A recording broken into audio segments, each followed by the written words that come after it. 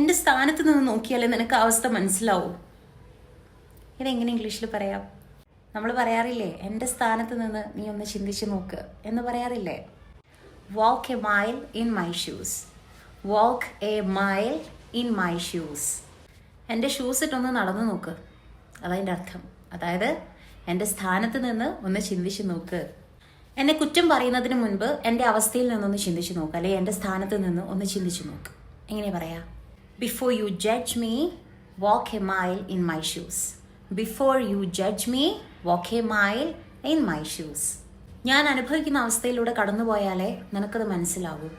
U will only understand if you walk in my shoes.